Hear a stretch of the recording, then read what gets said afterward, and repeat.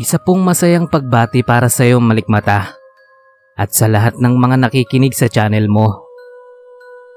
Ako nga po pala si Camila at isa po akong preparatory teacher sa isang public school. Itong kwento ko po ay kailan lang nangyari. Kumbaga fresh na fresh pa. Kababalik lang naman kasi ng face-to-face class at saka bago din ako sa trabaho ko. Siya nga pala, hindi talaga ako dito sa lugar namin. Nagkataon lang na nakapangasawa ako ng taga rito. Tapos yung husband ko ay dito nagpatayo ng bahay namin. Kaya dito na rin ako nagturo. Bale po, 2 batch ang klase ko. Isa sa umaga at isa rin sa hapon. Noong araw na yon, hindi agad ako nakauwi. 4:30 ang uwian ng mga bata sa hapon. Pero pasado 5:00 na ay nasa school pa ako. May tinatapos kasi akong gawain nun. Gumagawa ako ng mga origami na isasabit ko sa kisame para magkaroon ng dagdag na buhay ang classroom. Saka hinihintay ko rin ang asawa ko. Pulis nga pala ang asawa ko at tuwing hapon ay sinusundo niya talaga ako sa school. Nagkataon naman na may nangyari noong araw na yon, kaya hindi kaagad siya nakarating. Malapit na akong makatapos sa paggawa ng mga origami, kaya excited ako. Lalagyan ko na lang ng tali at pwede ko na yung ipakabit sa asawa ko. Halos patapos na ako nung nakarinig ako ng tawanan ng mga bata galing sa labas ng classroom. Kaya nagtaka ako. Malapit na kasing mag-6 nun, kaya bakit may mga bata pa? May maliit na children's park sa likod ng classroom ko, kaya dinig na dinig ko ang hagik-hikan ng mga bata. Kung hindi ako nagkakamali, ay 2 siguro sila. Nag-aalala ako, kaya binitawan ko yung ginagawa ko. Saka ako naglakad palabas ng classroom para silipin ang children's park sa likod. Pauuwiin ko na rin sana ang mga bata kasi kumakalat na rin ang dilim. Medyo nainis pa ako nun sa mga magulang ng bata kasi anong oras na, pero hindi man lang yata nag-aalala na wala pa ang mga anak nila sa kanilang bahay. Pagdating ko sa likod ay tiningnan ko ang paligid ng maliit na children's park. Hinahanap ko yung mga bata pero wala akong nakita. Nagtataka ako kasi bigla silang nawala. Inisip ko na lang na baka umuwi na. Hindi ko lang napansin o baka sa kabila dumaan. Mayroon din kasing daanan doon. Tumalikod na ako at pabalik na sana sa classroom nung narinig ko uli ang tawanan. Pero mahina na lang. Hindi na kasing lakas ng nauna nilang mga tawanan. Tapos, narinig ko ang langit-ngit ng bakal na siso. Palatandaan na may mga batang nakasakay doon. Humarap ulit ako sa children's park pero wala akong nakitang mga bata. At ang mas nakakuha ng pansin ko ay ang siso na patuloy na nagtataas baba. Malakas at mabilis ang pagtaas baba ng siso, kaya alam ko na hindi yun basta gawa lang ng hangin. Kinabahan na ako noon. Wala na rin yatang ibang teacher sa school noon maliban sa akin. Nanonood naman ako ng horror movies at nakikinig nga ako sa mga kwento sa channel mo, Sir Van. Pero iba pala kapag ikaw mismo ang aktwal na nakaranas ng kababalaghan. Nanindig ang mga balahibo ko at para akong nilamig, kaya mabilis akong tumalikod. Halos takbuhin ko yung classroom. Pagpasok ko sa loob, ay kaagad kong dinampot ang mga gamit ko at basta ko na lang ipinasok sa nakahanda na kahon ng mga ginawa kong origami. Sa bahay ko na lang itutuloy ang paggawa. Naglock na ako ng pinto nung narinig ko uli yung tawanan. Tapos nasundan yun ng magkasunod na tili. Umakyat yata lahat ng takot ko sa ulo at hindi na ako nag-isip. Kumaripas na ako ng takbo. Tapos sakto naman na pagliko ko sa covered court. Nakasalubong ko ang asawa ko na nagtataka kung bakit ako tumatakbo. Ang akala yata ay may humahabol sa akin. Kaya kinuha niya yung baril na nasa bewang niya. Ang sabi ko sa kanya ay may multo sa children's park.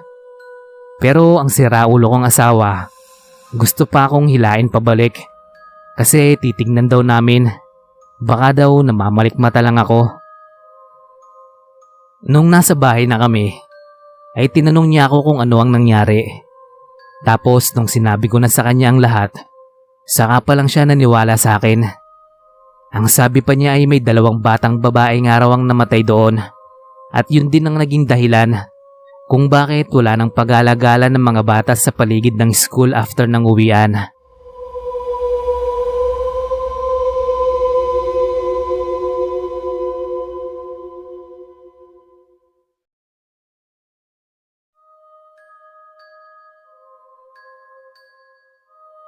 Good morning, Sir Van. Tawagin niyo na lang po ako sa pangalang Lynn. At gusto ko lang din sanang i-share yung sarili kong karanasan. Birthday ko nung araw na yon. Pero dahil mag-isa lang ako na naninirahan sa Manila, ay mag-isa lang din akong nag-celebrate. Wala din akong malapit na kaibigan kasi hindi ako mahilig na makipaghalubilo sa iba. Bahay at trabaho lang din ang daily routine ko. Wala rin naman akong boyfriend. May mga nagkakalakas naman ng loob na manligaw. Pero wala kasi sa top priority ko na magkajowa dahil nakafocus ako sa pagtulong sa mga magulang ko. Pagkatapos ng trabaho ko, ay nagbihis lang ako sa inuupahan kong maliit na kwarto. Tapos sumakay na ako ng jeep papunta sa isang park. Plano kong mag-takeout na lang ng pagkain mula sa isang fast food restaurant. At yun na ang kakainin ko habang nagpapalipas ako ng oras sa park. Pagdating ko dun sa park, ay maraming tao. Hindi naman na yun katakataka. Bumili muna ako ng pagkain. Saka ako naglakad papunta sa parte ng park na may fountain. Mas maraming tao doon. Maingay din dahil sa tugtog at sigawan ng mga batang naglalaro. Tapos kwentuhan ng mga taong pumunta doon para manood ng makulay na mga ilaw sa fountain. May nakasalubong ako na nagtitinda ng sapin.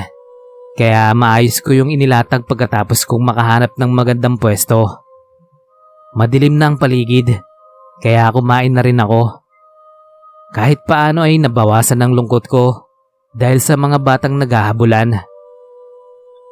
Isang oras na rin siguro akong nakaupo lang doon, Sir Van. Tumawag ang nanay at tatay ko para batiin ako ng happy birthday. Medyo nangangawit na ako dahil sa matagal na pagkakaupo. Kaya naisipan kong mag-ikot-ikot muna sa paligid ng fountain. Nakarating na ako sa kabilang parte ng fountain. Nung napansin ko yung babaeng nakatalikod, mahaba ang buhok niya. Nag-iisa din siya na kagaya ko. Kaya naisipan kong lumapit sa kanya. Pero hindi lapit na as in malapit talaga. Siguro ay mga 4 na dipa din ang pagitan naming dalawa. Wala naman akong balak na kausapin siya. Gusto ko lang yung feeling na hindi lang naman pala ako nag-iisa nung gabing yun. Maganda dun sa parte na yon kasi hindi ganun kadami ang tao.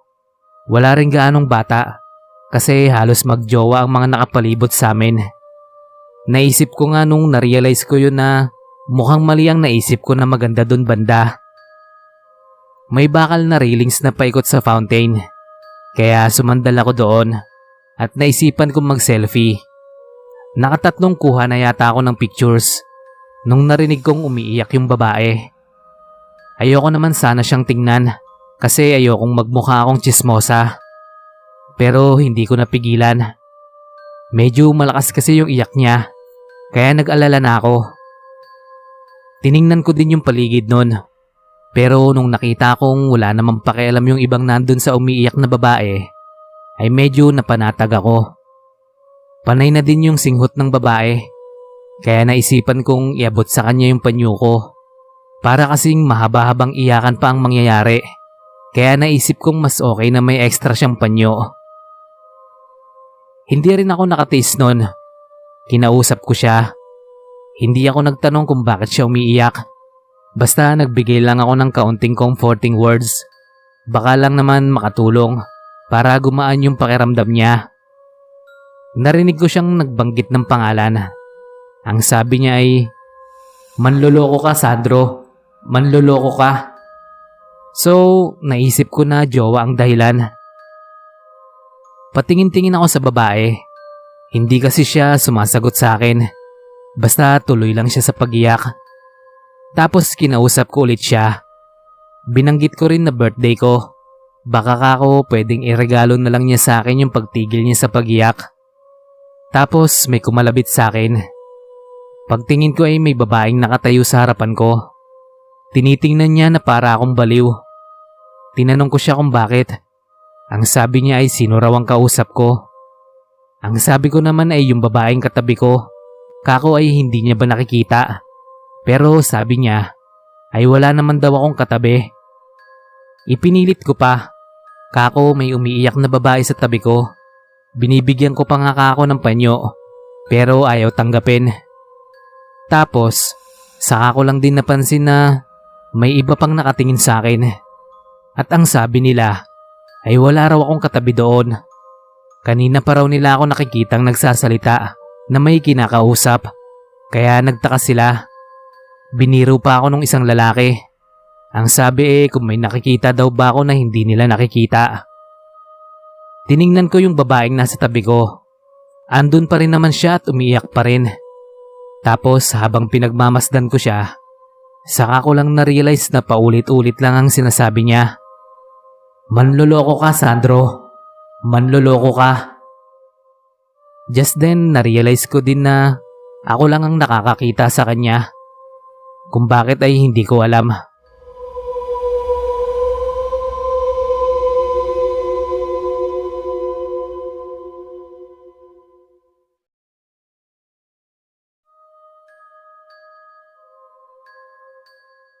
Isang mapagpalang araw mula sa poging ako, Sir Van. Tawagin mo na lang akong Nalo. At itong kwento ko ay nangyari noong 4th year high school ako. Sa labas ng school campus namin ay may park. Circle ang tawag namin doon dahil sa gitna ng park ay may mga upuang semento na nakapabilog. Tapos may parang mga poste na nakapaikot naman dun sa mga upuan. Sa taas ng mga poste ay may gapangan ng malalaking sanga ng bonggambilya na gawa din sa semento. Kapag tanghali ay maraming mga estudyante na tumatambay doon. Marami kasing puno, kaya malilim. Tapos katabi lang din ng park ang covered court ng bayan namin. Sa Rizal Monument malapit dun sa circle, I mean doon sa pabilog ng mga upuan, doon kami palaging tumatambay ng barkada ko. Sa harapan ng Rizal Monument ay ang elementary school namin. Tawid kalsada lang. Induction ball namin noon. And as usual, nakatambay kami ng barkada ko doon sa Rizal Monument. May nakapaikot kasi doon na hagdan. Mga 8 baitang. Doon kami umupo. Bawal kasing magyosi sa school. Kaya doon kami palagi. 3rd year high school nga pala ako nung natuto akong magyosi. Hindi pa nagsisimula yung program noon, kaya hindi muna kami pumasok sa school. Tapos yun nga, dahil malapit lang naman yung park sa school namin, dinig na dinig kapag may nag-a-announce. Parang nakagitna kasi yung park Nasa bandang south ang elementary school, nasa isang high school, then west ang covered court, at nasa north ang municipal hall. Tawid kalsada lang lahat maliban sa court na pader lang ang pagitan. Nag-announce na yung host ng induction ball at tinatawag na lahat ng estudyante. Pero nagpaiwan ako. Nauna na yung mga barkada ko kasi inaabangan ko pa yung girlfriend ko. Nag-away kasi kami kaya gusto ko sanang makausap muna. Pero yung bala kong pakikipag-usap sa girlfriend ko ay hindi natuloy kasi nakita ko siyang may kasamang ibang lalaki. Galit na galit ako nun. Gusto kong sapakin yung lalaki. Pero naisip ko yung girlfriend ko. Marami pang estudyante nun sa labas. Ayaw ko siyang mapahiya, kaya umiwas na lang ako. Bumili ako ng alak at nagpakalasing ako mag-isa. Tapos bumalik ako sa Rizal Monument. Plano kong doon na lang hintayin ng mga barkada ko. Nagyoyosi ako nung may babaeng dumaan sa harapan ko. Tapos umupo siya sa kabilang dulo. Wala naman sana akong pakialam. Pero medyo natawa ako sa suot niya. Balot na balot kasi siya. Tinawag ko pa nga. Sabi ko, "Miss, saan ang sagala?" Yung suot niya kasi parang pang sagala. Pero napansin ko din na magulo ang buhok niya. Yun bang parang sinabunutan. Lasing na nga ako, kaya madaldal na ako. Sabi ko uli sa kanya, sayang yung pangsagala niyang damit. Tapos makikipagsabunutan lang siya. Maliwanag sa park, kasi nga may event sa school. Binubuksan talaga ng taga-munisipyo yung mga ilaw doon kapag may ganoong ganap. Siguro nga wala na akong maisip gawin nung time na yon. Gusto ko kasing kalimutan muna yung nararamdaman ko dahil sa ginawa ng girlfriend ko. Yung lalaking yun nga rin pala ang naging dahilan ng away namin. Nasabi niya ay kaibigan niya lang, pero kung makahawak sa bewang niya ay daig pa ako. Pinagdiskitahan ko yung babae. Naisip kong lapitan. Lasing ako pero alam ko ang ginagawa ko. Umupo ako malapit dun sa babae. Tapos pinagmasdan ko siya. Habang tinitingnan ko siya, ay bigla akong kinabahan nung nakita kong may dugo yung damit ng babae. Hindi ko kaagad yun napansin nung una. Tinanong ko siya kung kailangan niya ng tulong. Parang tanga pala ako nun. Hindi sumagot yung babae, kaya tumayo ako at lumapit sa harapan niya. Nakayuko siya. Tapos doon ko lang din napansin na umiiyak siya. Pero mas nabigla ako nung nakita kong puno ng dugo ang bandang tiyan ng damit niya. Sabi ko dadalhin ko na siya sa ospital. Nung nagtaas ng ulo yung babae, ay nasindak talaga ako. Kilala ko kasi yung babae. Siya yung muse ng student council ng school namin nung first year ako. Pero namatay siya 1 taon bago siya makagraduate ng high school. At naalala ko rin na siya ang Reyna Elena noong bago siya gahasain ng 4 na lalaki. Bago sinaksak at iniwan ang katawan niyang wala ng buhay doon mismo sa Rizal Monument. Wala pa kasing ilaw doon banda dati, kaya madilim. Malalaki rin ang punong mangga, kaya natatakpan yung liwanag galing sa ilaw na nasa malapit. Kinabukasan ay nag-alay ng dasal para kay Alice ang school namin. Ayun lang po, Sir Van. Maraming salamat sa pagbabasa. More power po sa channel ninyo.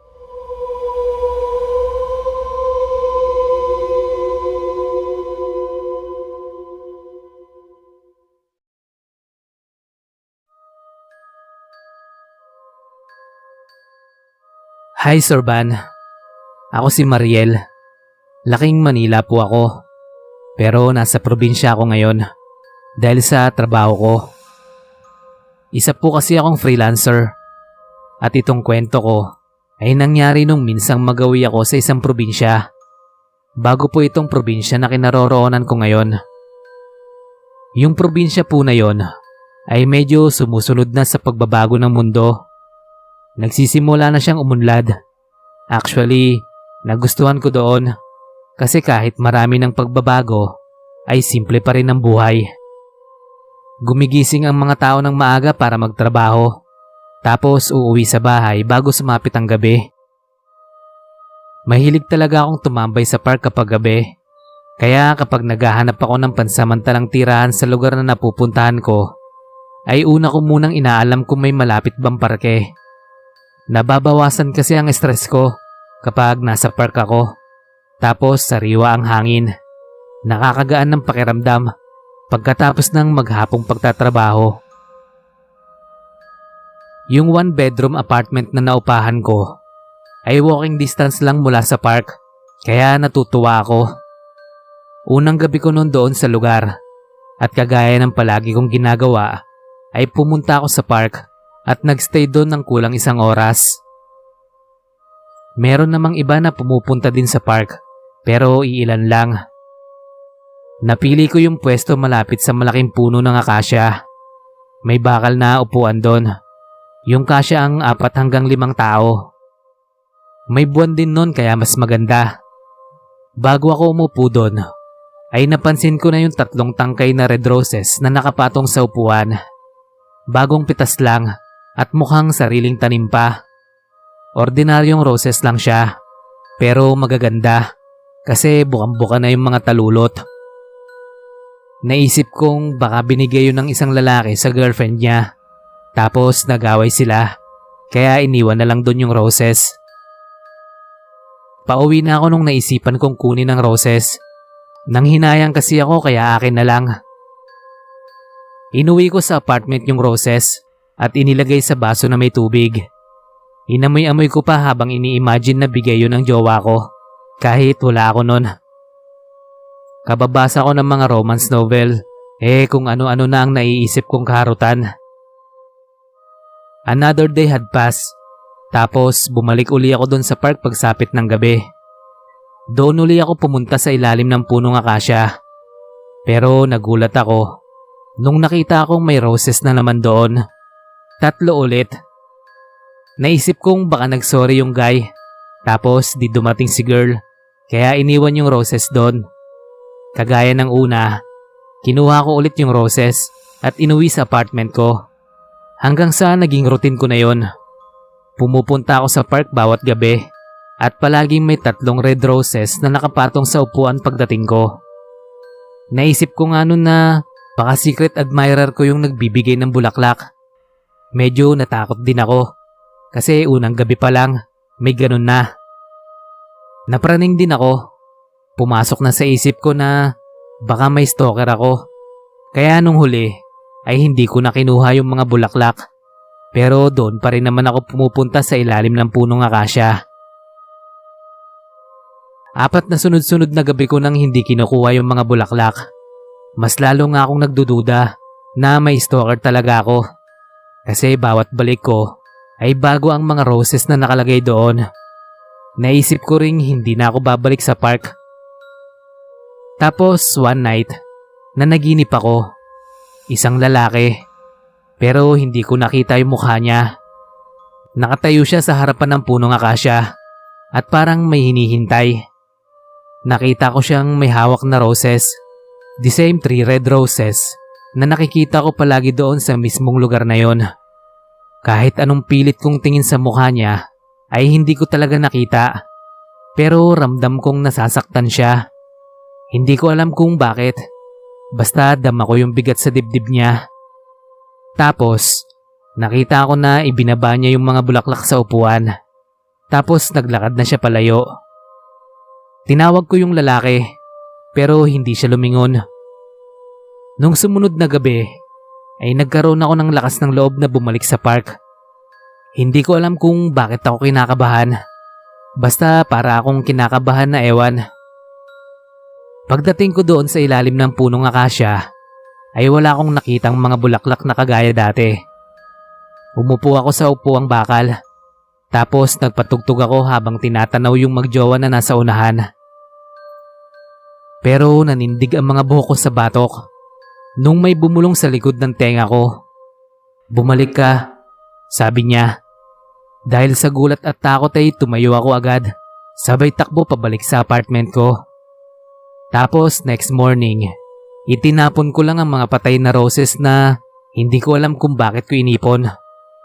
Pagkalipas ng 3 araw, ay umalis na ako doon sa lugar at lumipat naman sa ibang probinsya.